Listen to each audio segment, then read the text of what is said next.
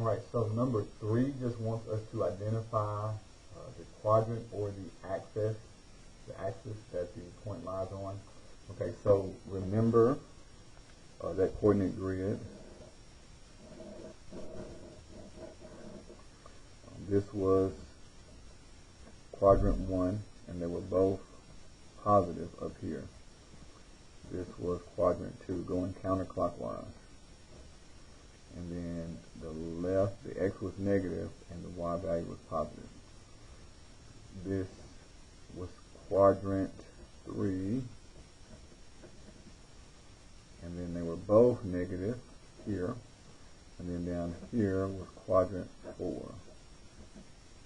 And then the first coordinate was positive, and the second coordinate was negative. Alright, so the very center is 0, 0. Okay, so if I were to go up on this axis only, this would be the y, this is the x.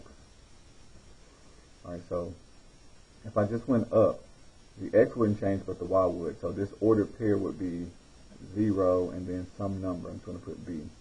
And then if I just went over left or right, not up or down, so the x would change. So let's just say I had a point here. I would have some number for the first coordinate, but the second coordinate would be 0.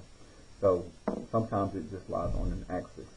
So that is the number that we see here. This 0 indicates that we're on the y-axis, and if I go down, I would be down here in between the third and the fourth.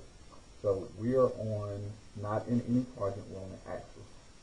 And then we're on the, since we went down, we're going to be on the negative y-axis.